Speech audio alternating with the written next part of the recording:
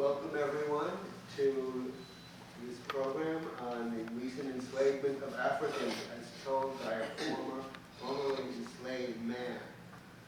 My name is Hal Tarr. I work in the social science department on the second floor, and we hold different programs related to the subjects in our department. There are some flyers for other programs on that table. If you want to sign up for our email list to be informed about upcoming programs, there's a sign-up sheet up there. So when I mentioned the subject of our talk to some people I know, some of them reacted in the same way. They snickered and said, oh, what is he, like 200 years old? I said, no, he's not 200 years old. He is living today, and he was enslaved when he was a boy.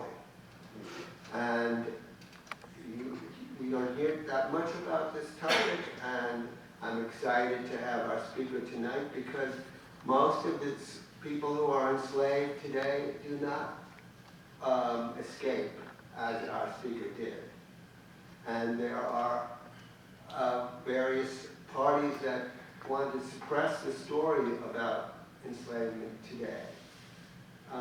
Officially, slavery has been abolished all over the world, but it persists.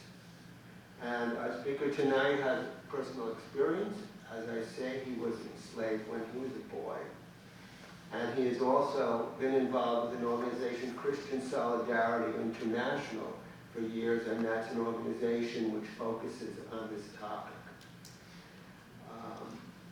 He has been involved in various kinds of issues related to Sudan, and in fact, he marched with Manute Bol, who was a player for the Philadelphia 76ers in the NBA. He was a star for the problems in southern Sudan. And in the Social Science and History Department, we have a database that's connected with our department called Access World News, and our speaker tonight has spoken in many different countries in the world. There are literally hundreds of articles in that database about our speaker tonight. And by the way, he also was a swimming champion. After he escaped, he became a swimming champion for Sudan. But he's a man with a lot of courage. He continues to speak out on these issues in spite of these various parties that reject his message. So please join me in welcoming Simon Deng.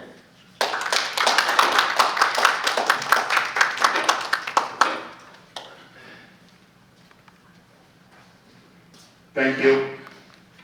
Good evening. At the time we celebrating Black History Month, we should also that mentions individuals who struggles to bring us to where we are today and next country of ours, the United States, as a better place.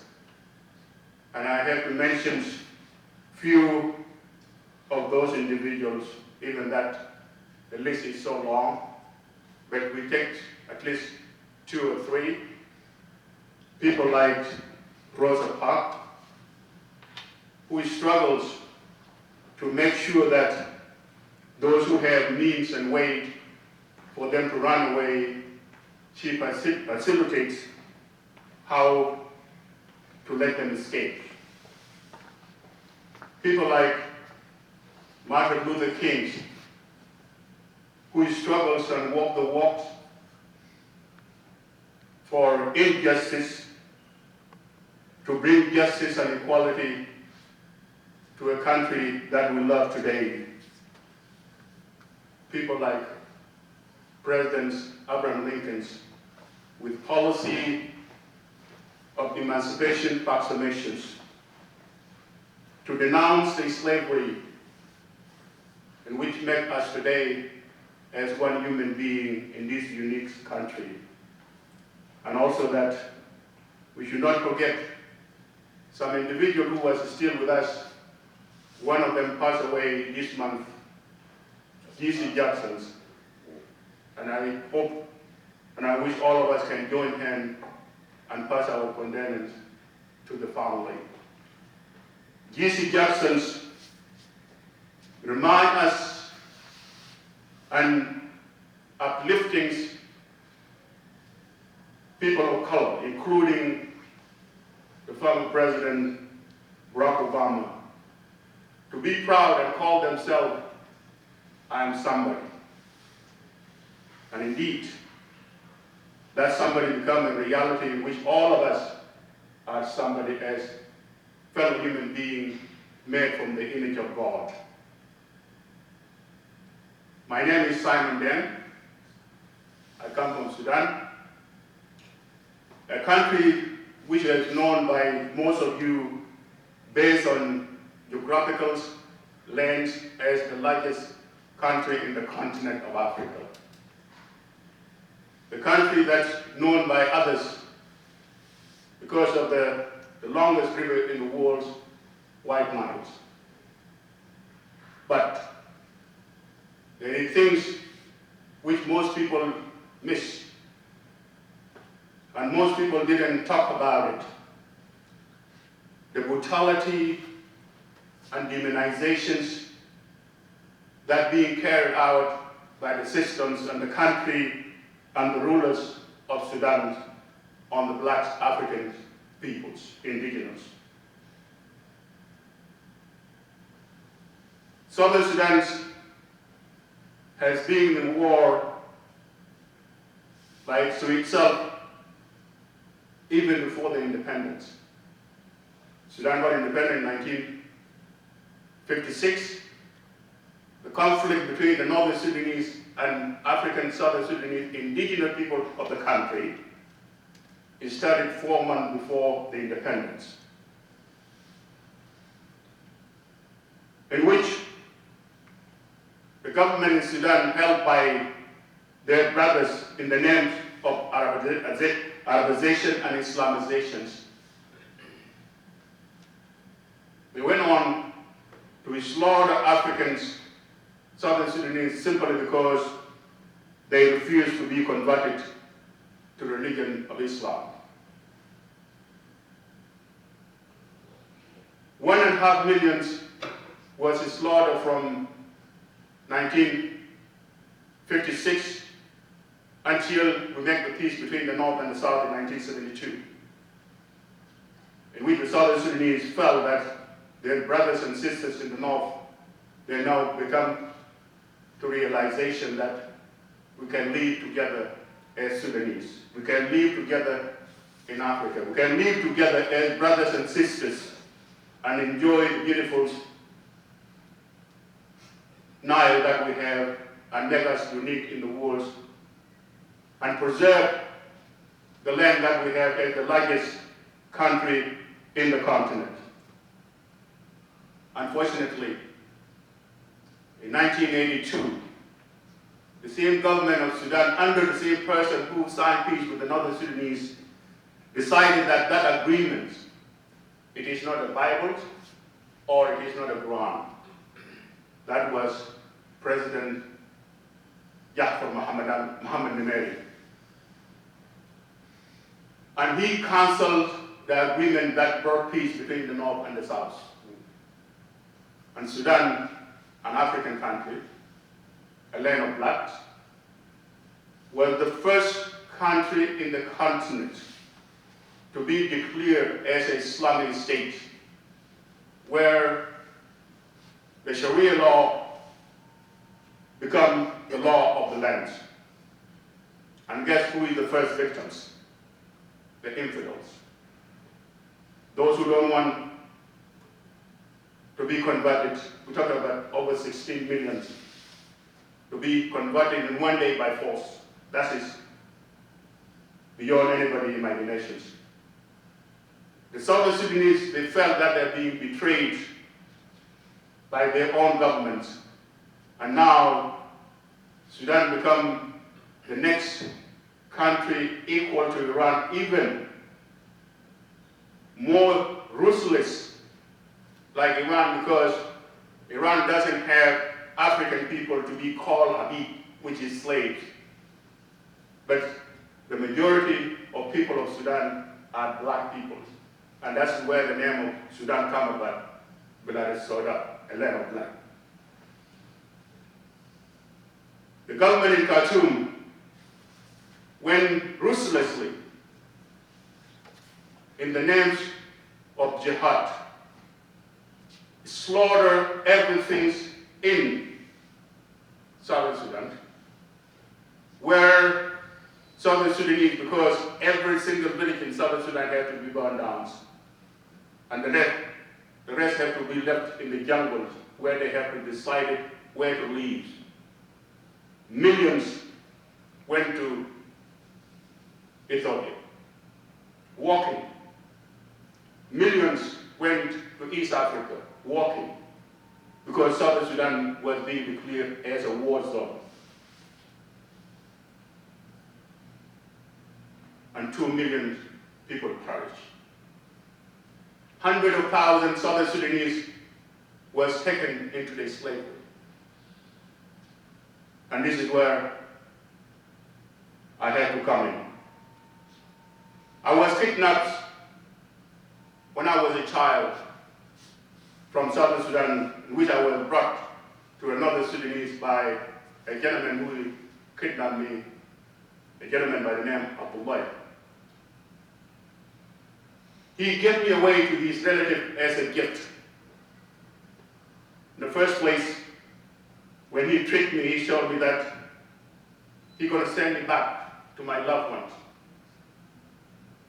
I didn't know that I'm going to end up being given away as a gift, my fellow human being. A gift we know is not a human being. But in Sudan, yes. Because in Sudan, a black child is not a child of a human being. He's a child of slaves. I asked the family that I was given to, where is Abdullah? To my surprise, I was being told that I should not be asking about Abdullah because I'm not going to see him again, because I was given to them by Abdullah as a gift. That itself, I couldn't comprehend it. I had to cry because that's the only thing I have. Cry to a point where I have to be bidden to be silent. But how can I be silent? I'm being told that I'm a gift. And tears, there's no tears coming out of my eyes. And I end up being enslaved for 3.5 years. Most of you have to question yourself and asking me then, at that age, what do you have to do because you're a child? But believe it or not, in the eyes of my slave master, then I'm not a child, I'm a slave. I was forced to do things that the work which always being done by the donkeys, because in the village of Fashishoy in the northern Sudan, they don't have running water. It is the donkeys always carrying water from the Nile into the houses. Since they have a slave in that house, that job becomes my job. I have to carry water from the river Niles, have 2 buckets tied with the sticks and carry it on my shoulder. I have to make sure there is enough water in the house, because if I don't fulfill that, I have to be tortured. I live constantly under torture and torture and torture, in which I was always being informed and told that if I may think of running away, I have nowhere to go, according to them. They will capture me and they will cut my legs. There was, at that time in Sudan, in every country there is a picture of human being in all currency. I don't know why. In Sudan, they have a picture of a human being with no legs. And then I would be forced to look at that currency. And I would be told, if you think you want to run away, we will capture you and we will cut your leg and you will look exactly like that. Think about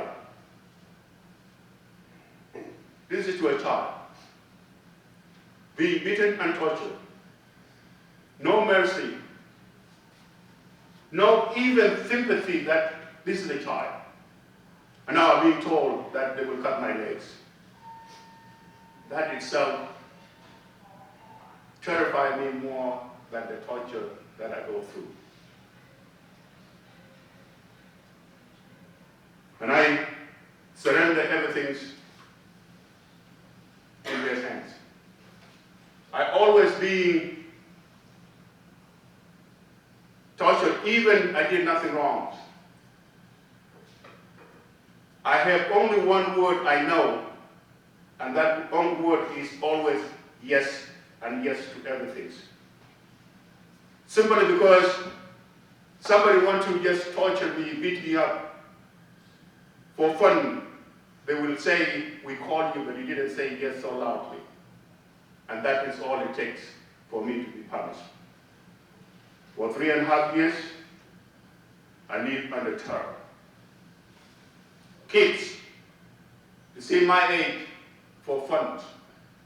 They will come and gang up calling in Arabic, Dugal Abid, with their slaves, for fun. And they will do whatever that they want. All I have to do is to cry for mercy.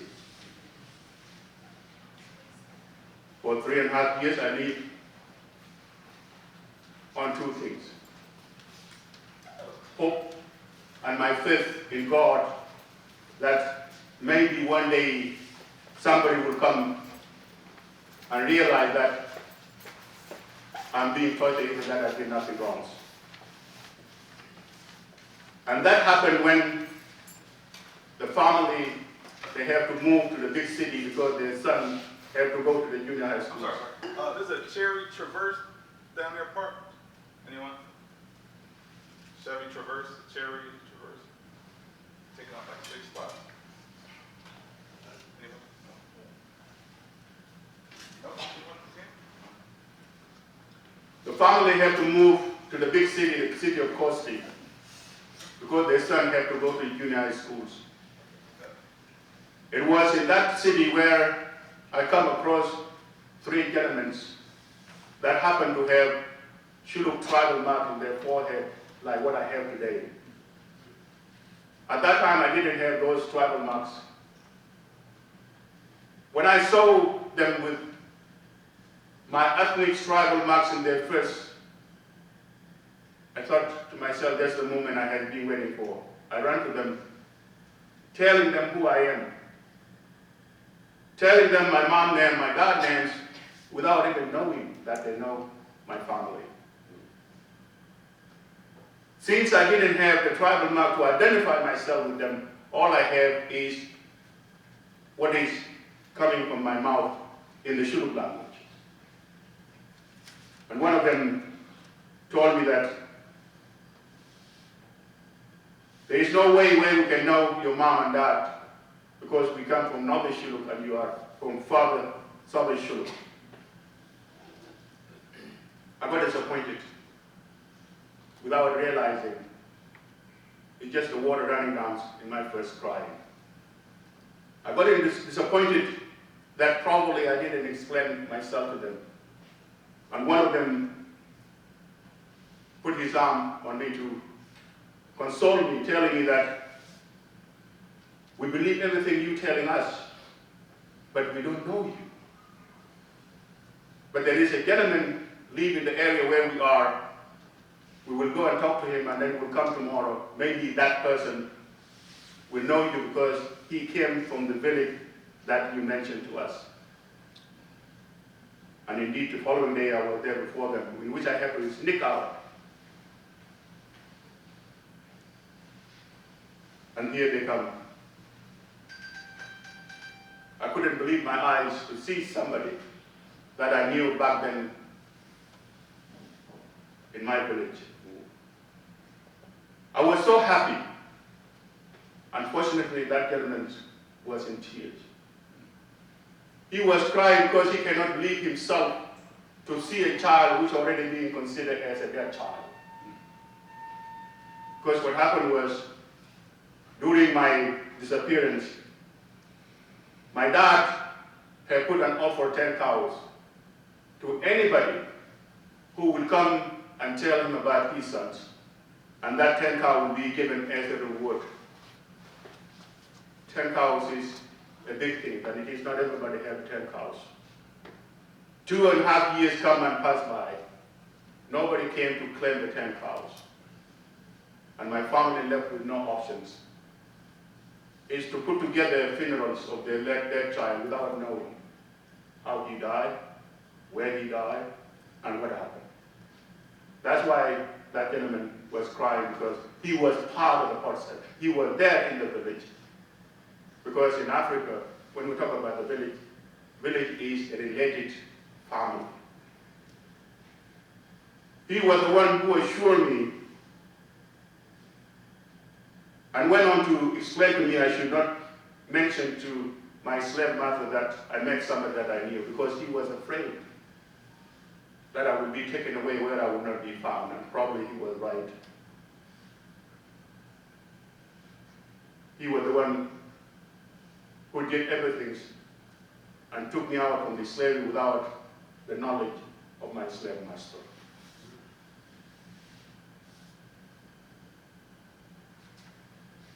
When I was reunited with my loved ones, to make it briefly, because it's a very long process, the first things I did without telling my mom and dad is to put those travel marks in my forehead. For the simple reasons, I was still afraid that I would be taken against. I cannot even want to come close to any person being called Arabs. Because in the back of my head, that I will be going through what I just left. For 3.5 years to live under terror is not an easy thing to be forgotten, especially for a child. For 3.5 years to be treated not as a human being. I rely on the leftover. People have to eat. If there is leftover for 3.5 years, that's my food. And I will be lucky sometimes if there is more left over. My fellow human being, when we talk about slavery, it is not something that any human being should be subject to. When we talk about the slavery, we're talking about you as a person who is slave. You are nothing. You are a piece of property of the slave master, in which the slave master can do anything, and you cannot do anything about it. And you cannot even reject, or you cannot say no. And that's why I said before, there is one word always known probably to any person's being enslaved, and that word is yes, and yes to everything. Today, I'm not a slave. I'm a free man, living in a free nations, beings among the free peoples.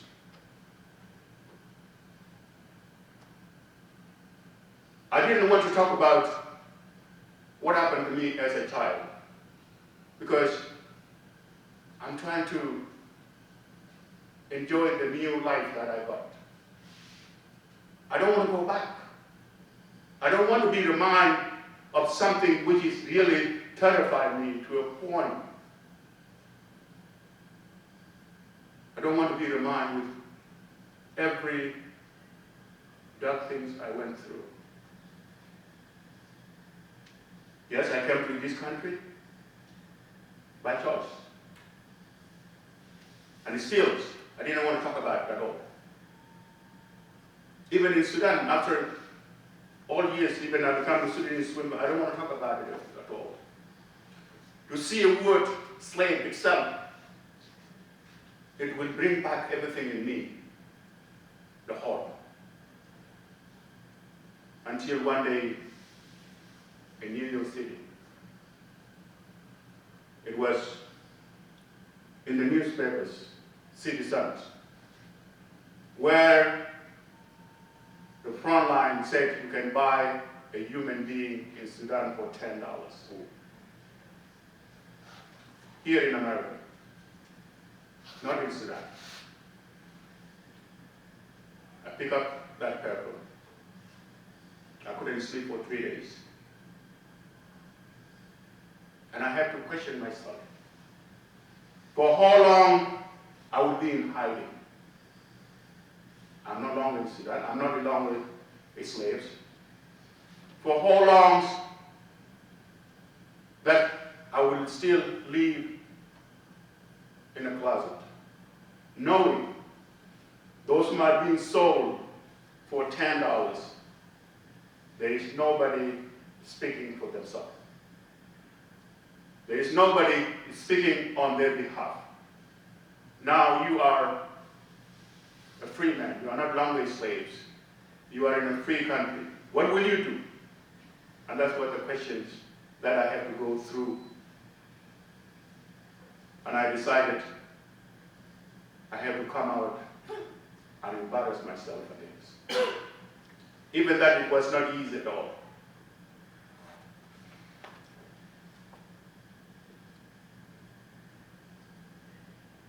I did what I can. And I walked the walk. Even I passed through this city 2 times, walking to Washington, D.C., carrying the tears of my people.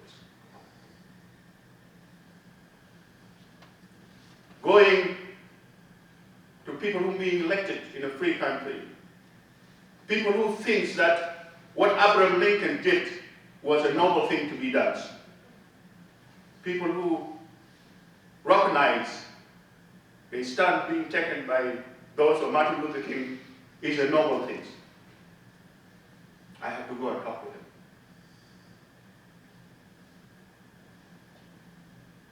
Yes, indeed.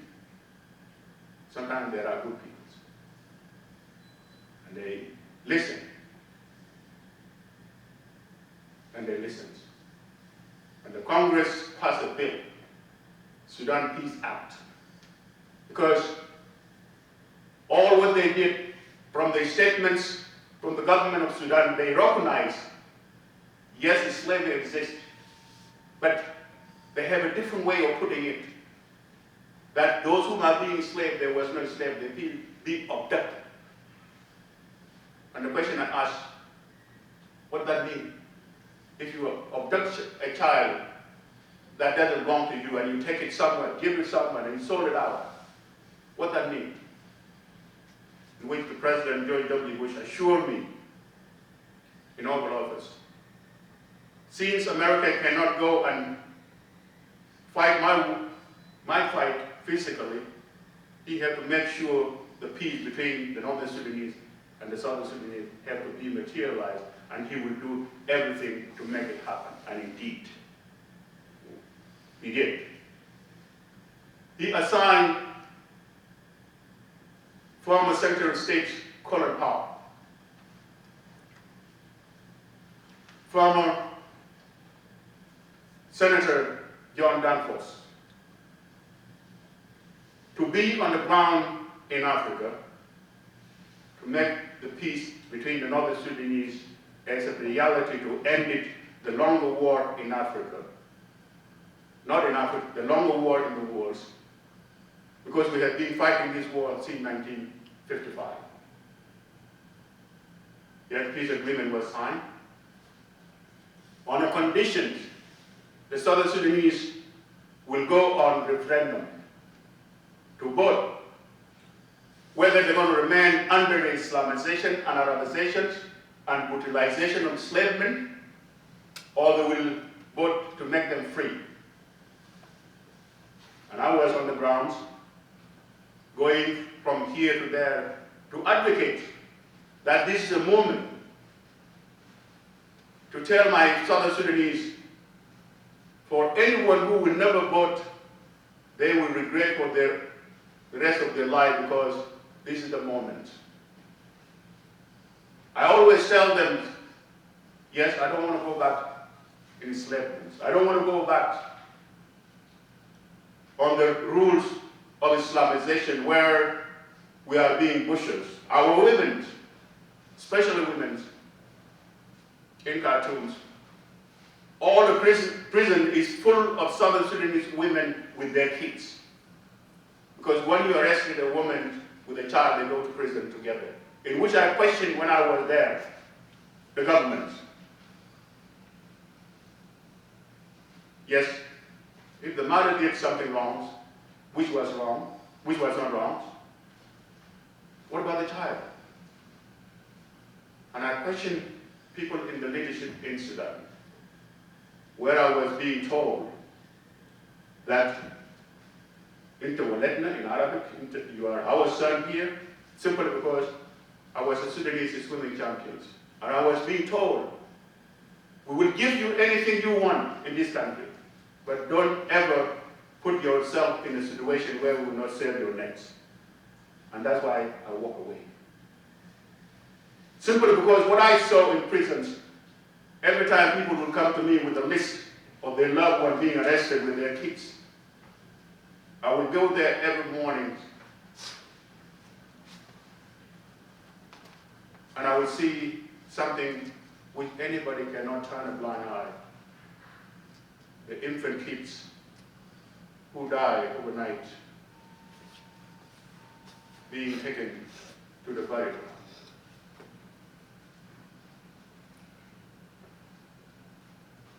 That itself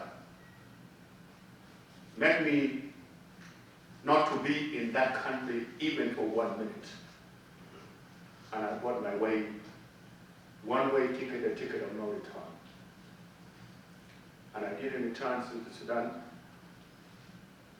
until I achieved what everybody dreamed of.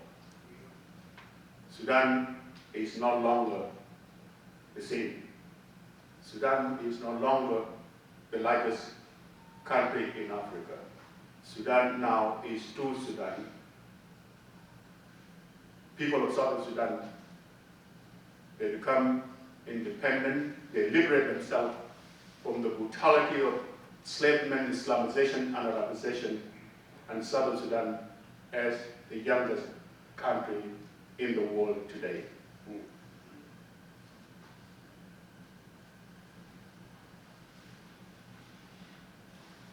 I don't want to say that I did it, but there are so many peoples.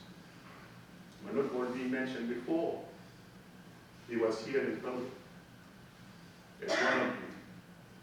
We walk the walk, and we talk the talks,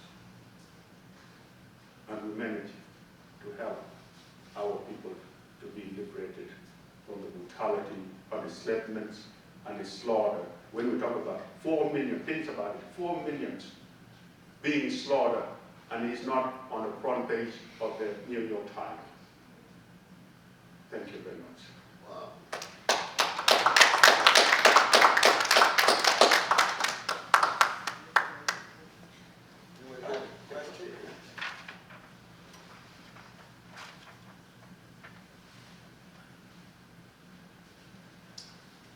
That was amazing. In my life, I've never heard anybody tell a story like that. It was shocking. Thank God you're here. So, 2 questions. One is the people that you were gifted to, didn't they try to find you and recapture you? And how did you get from there to America? Of course, when I was taken back to my loved one, it's a long distance, because when you are in the north, for you to go to the south, it looks like you're going from a country to a different country. It's the way like you are here in Philly and then you have to go to Toronto, Canada, Ottawa. I didn't know whether they was looking for me or not, but to me, that is irrelevant. The second question, how did I get here, is connected to just what I said in the mouth. After I become a Sudanese swimming champion, and then Sudan at that time become Islamic state run by Sharia laws, everything that related to Africans become a crime. Every practice being done by the Africans in a traditional way, that's become a crime. In Sudan, even to the northern Sudanese too, when there is celebrations, women always do a local drink as part of the culture of the lands to everybody. That's become a crime. And that is where Southern Sudanese African women end up in prisons in hundreds of thousands, simply because they was doing something in their own houses as required by their traditions. They are not following Sharia law. That's a crime now. In which that people will come to me because I was being considered with the special status as a Sudanese swim champion, where I can go anywhere, places where some of my fellows African cannot go, I go there because of my titles. Well respected even by the media. So I will go to the prisons to release based on the name that I have. The question which is terrifying me is the looks of those thousands whom I leave behind. I'm walking out with 10 or 15s, but there is thousands here, they look at me. And the question is, I can see from the eye asking me, what about us? What about us? Of course, I cannot do it by myself, unless I have to close it down, but I don't have a means and the power to do that. That's where I have to take my plea on their behalf to the higher authority in the lands in Sudan at that time. I assume that I will make a difference, and this is where I was being told that I have to stay away. I was being told that I can have anything I need, but I should not get involved. But how can I turn a blind eye, and these are my peoples? Then it made me to choose now. Turn a blind eye on your peoples or walk away. And that's why I bought a ticket of no return here to the United States. Personally, I'd like to thank you for inviting us in just to hear your story and for sharing with us. Secondly, I'd just like to ask if you have any commentary about what's happening in Sudan today. As many of us may be aware, the civil war is categorized as the most grave humanitarian crisis in the world today. I just would like to know if you have any commentary about that, about the forces behind the war, and just anything generally. You are absolutely right. And this is where the double standard come about. Sudan today is the worst place on earth. Sudan today is, when it comes to humanitarian, is the worst place on earth. Northern Sudan and even Southern Sudan, by the way. And question have to be asked, why Northern Sudan? Is the countries, the people who brutalized you yesterday. And here, and I want you to listen carefully.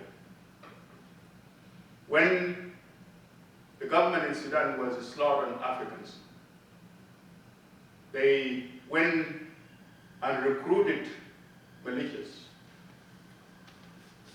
in the name of jihad to kill the Africans.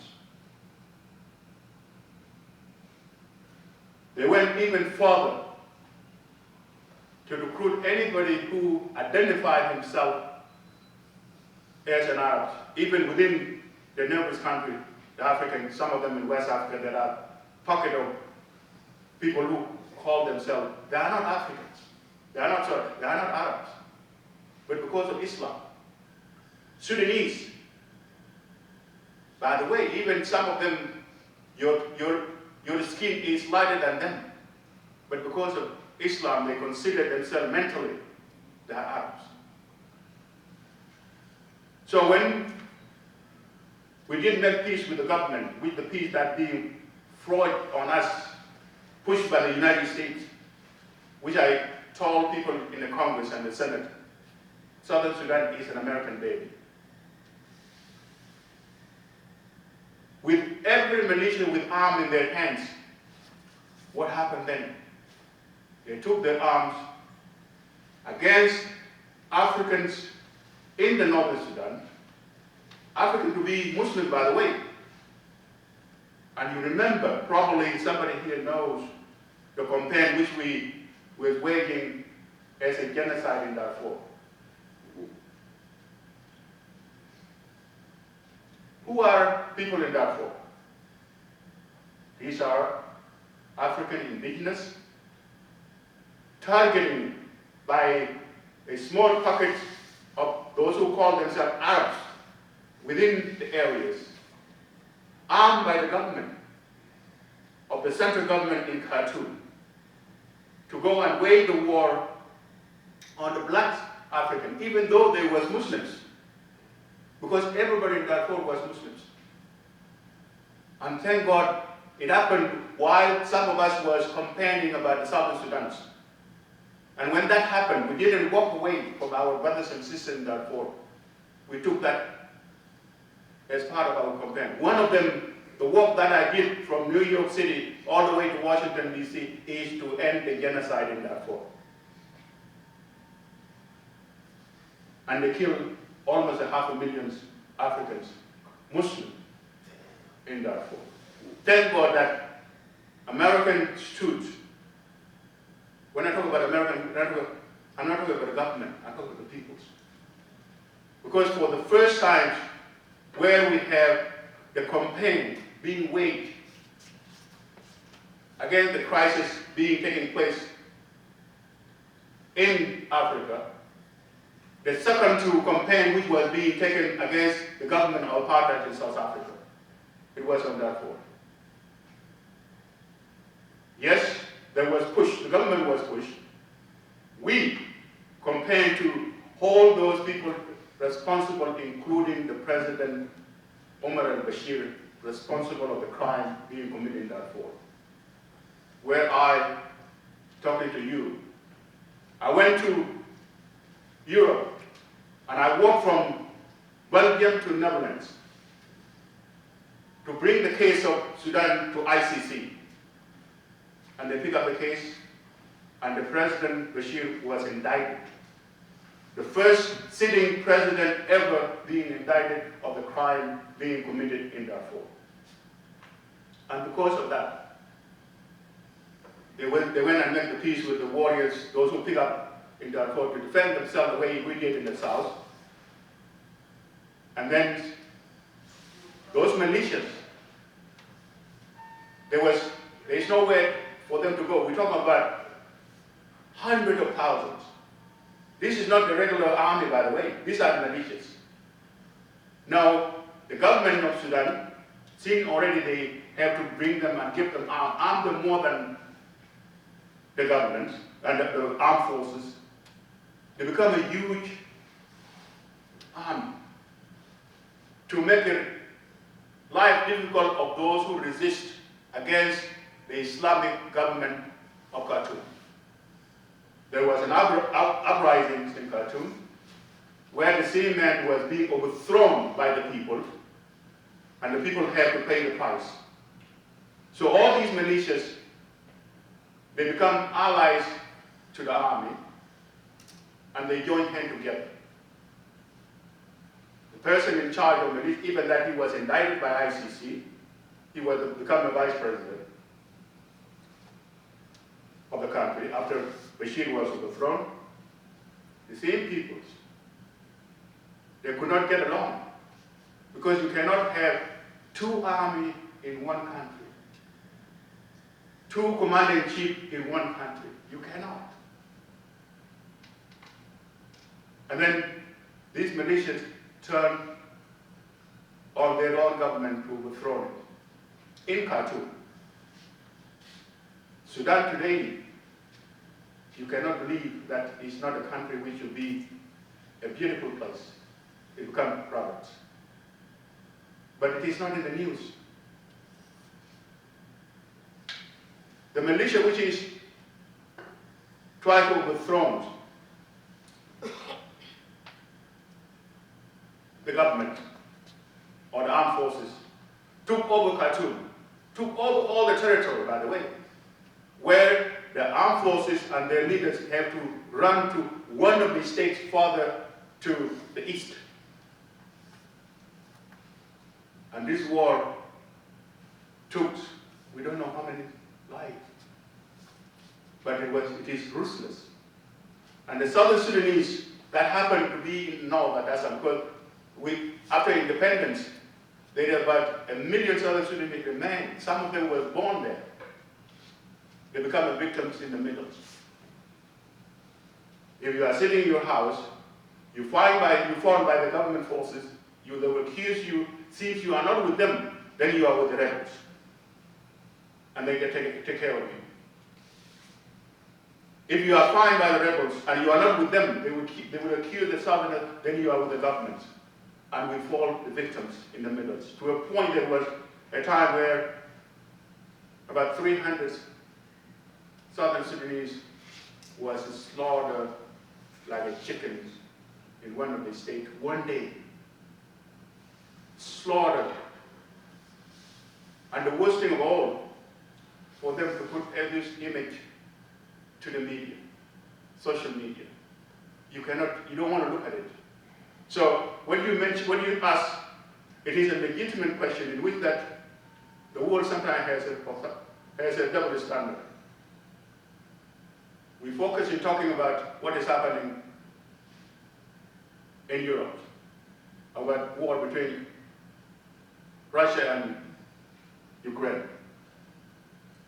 What is happening in Sudan today, in one day, worse than what is happening in Ukraine in 3 months.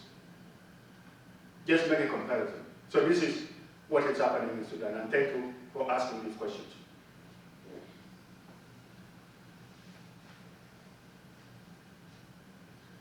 I want to ask, because people, are being slaughtered or treated like that, and such division, how are you teaching, can you, find a way to talk to the villagers about the resources, more or less the European countries would do, they just go on, because they're taking resources and riches, and that's basically their whole premise, being over there. Well, it is a good question. When it comes to the resources, it was not the case in Sudan. In the terms of Sudan's, the war between the North and the South, there was nothing there for anyone outside to look as an interest. That war was being waged by Northern Sudanese on a religious basis. Religious were the resources that the African need to be converted to Islam. Not only being converted to Islam, they had to be converted to be Arabized. And that's why I used the word before, Arabization and Islamizations.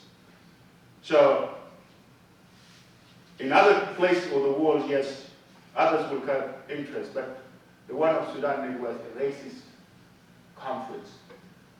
The one in Darfur was a racist conflict, racist policy by the government, because you cannot turn your guns, or people who already adopted the Islam, but they didn't adopt the culture. we have in Sudan being mentioned by one of the scholars, that's crisis of identity.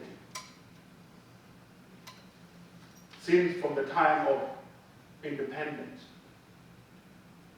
Because if I go back historically, based on what I learned from being said, the speech being given by the first Prime Minister of Sudan after they declared independence, the first speech was talking about, or was based on Arab identity,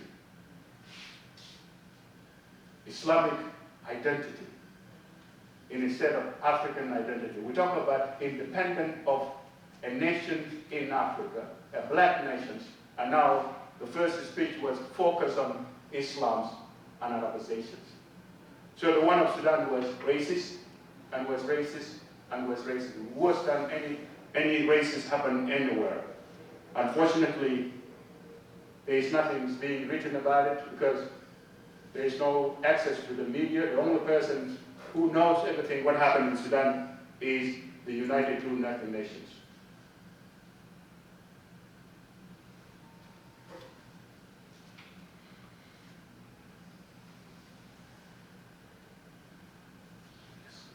Can I ask two questions? One, well, also thank you. And, so, views on religion now, and then also, what types of things you do to bring in peace? You know, how do you manage to? I missed the first when you say, but I will take it from, and you can follow it up, from what kind to bring people together, right?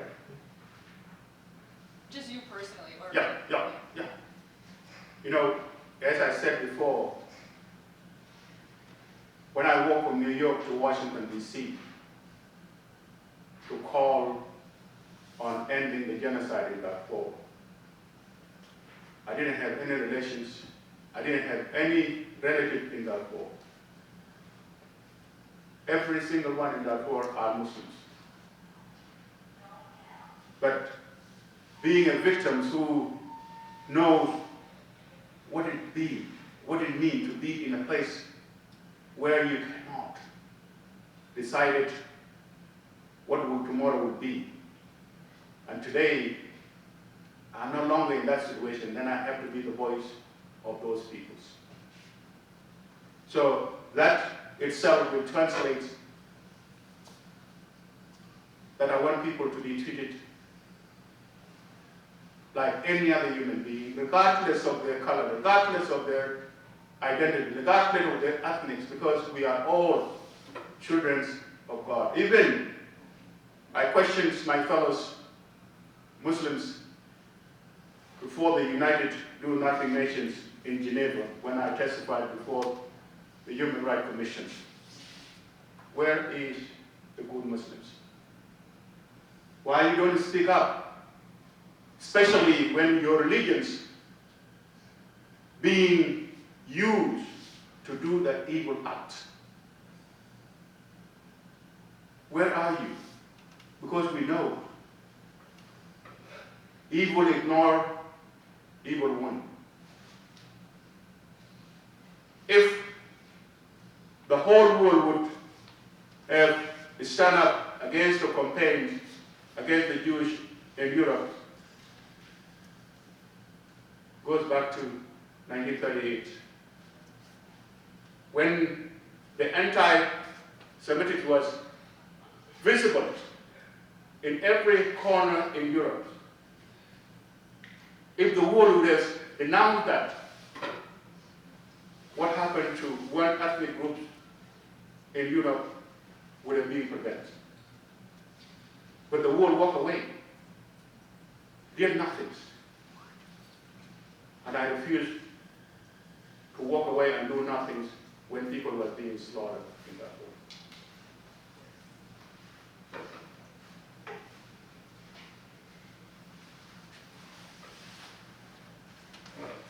Do you have any other questions?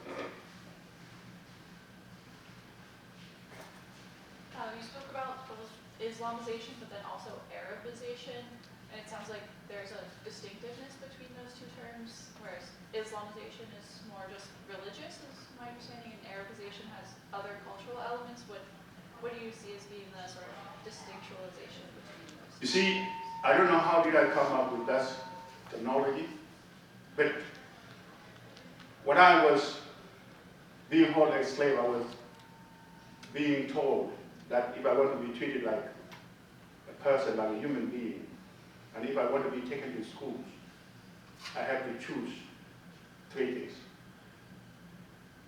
To convert to Islam, and give an Arab names, and become their son. Of course, I was willing to take the 2 options. To convert, because if that will serve me. Take the name, if that's going to be. But what about the major one, my identity? How can I become a son of somebody who treated me not as a human being? So, to become a Muslim in Sudan, yes, but that is not enough. And that's what happened to the Muslim in Darfur. You have to take the whole packet. The Darfuris, they didn't take the whole packet. They took Islam because, as I said, every single one in Darfur are Muslims. After the kingdom of Darfur, the kingdom of Darfur was being destroyed by Islam, in the name of Islam, they surrendered. Because in Arabic, to surrender, when they said, Allahu Akbar, is surrender. So, to me, those 2 words, they go together. Islamization first and Arabization.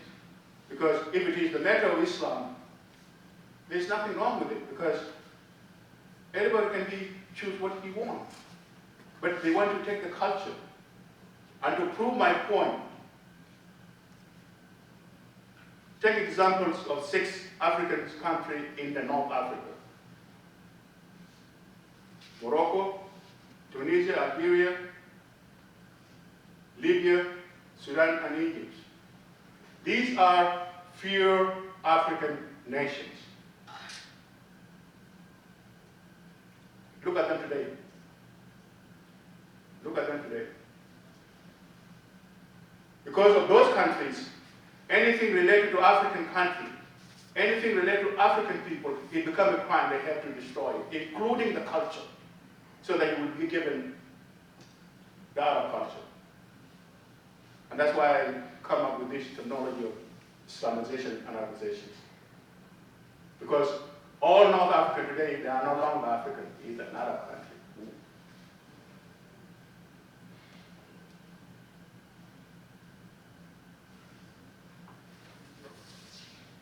Again, thank you very much for your time, and thank you for listening to me. Thank you very much. Another question. I'm sorry. Just had a quick question. Sure. Are you aware of the current state of Nigeria Yes, and Christian? yes. You know, it is very sad that even though I thought that the world would have listened to the cry of the Southern Sudanese, what is happening in Nigeria today, it is exactly what happened to us.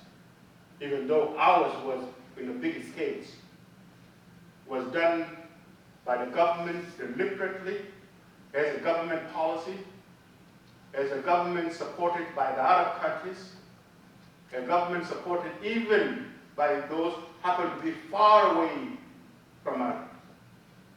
Our slaughter in Southern Sudan was done by everybody. Afghans included, Iranians included, anything who believed in fighting jihad war was in Southern Sudan, killing Africans. The one of Nigeria today is being done by the same Africans who believe in Islam. Radical, you hear me talk about radical Islam. But if radical Islam, knowing that Nigeria is the biggest country with population in Africa, with a bigger government, with a rich government. Why all these things taking place and the government is not preventing it? Simply because the government sitting on the chair is Muslims. And this is what we know.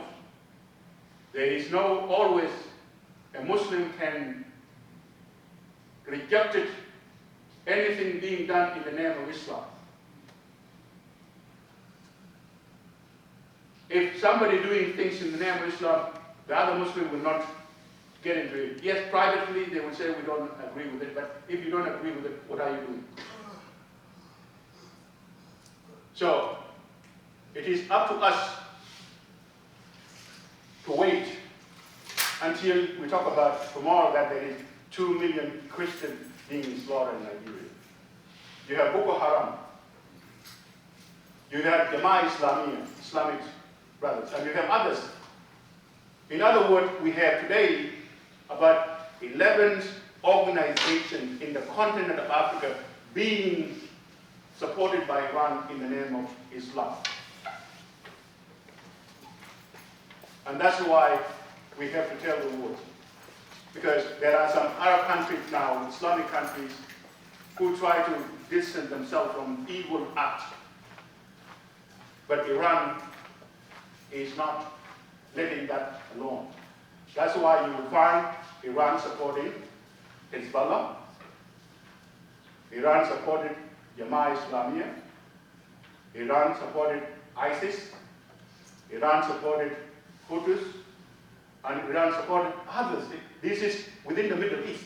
Are these different fractions of These are the people who believe in the book. Right. Fundamentally, Yeah. These are people who believe in the book.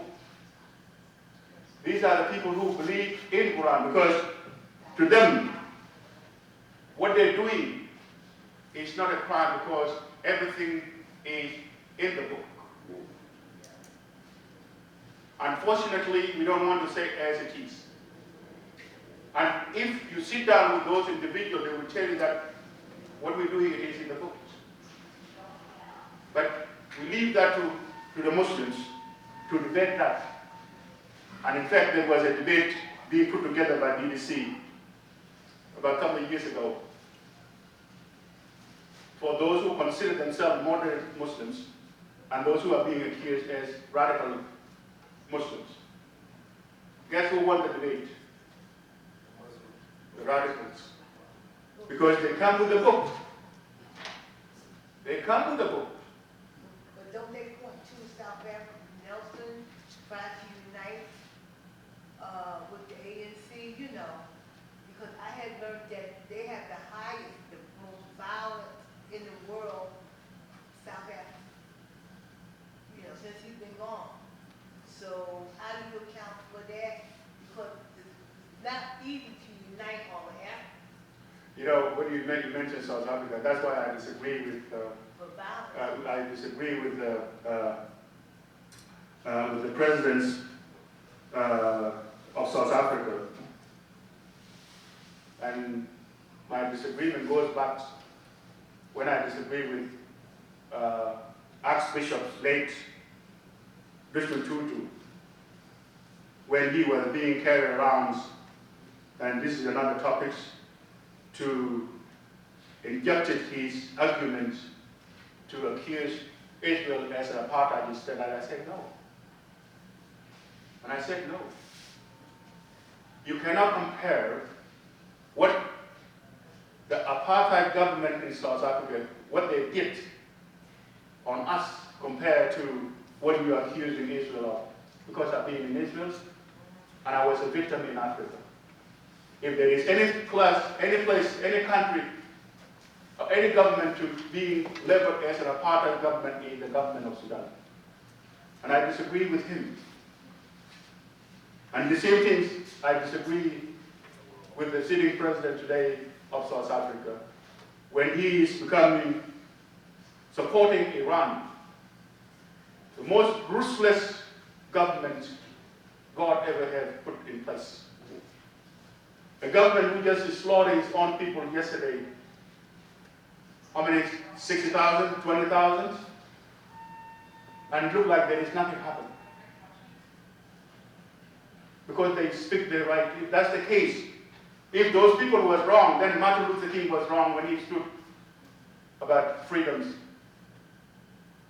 If those people are wrong, then what put us today in one place the way as the fellow human being, then we're wrong. The government of Iran should not be even being considered by any African country as a friend. So what South Africa is doing, it is wrong. I disagree with it, but that's me. It's up to the others to make their own judgment. Because the government of Sudan slaughtered 4 million with arms come directly from Iran. So I will not be in anywhere to be in the same place with the person who support the mullahs of Iran.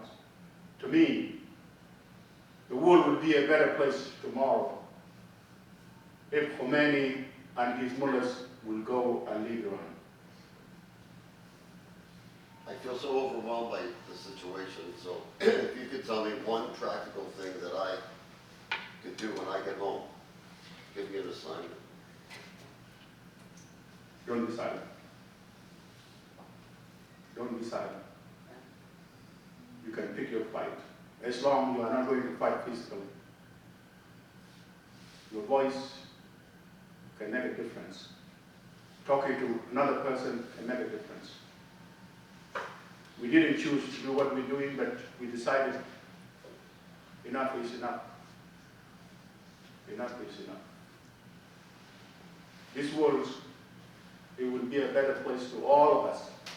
Especially today, the world we are in, it is not the world of 100 years ago. We come together and we come in closer to closer. Let's close all the gaps. Injustice anywhere is a threat to justice everywhere. That's said by a noble person that we acknowledge today in this country. If that's the case, let's honor that one. Let's honor that word. And that's what I can do. Thank you. You have a book too. I'm working on it. Well, thank you so much, Simon Deng.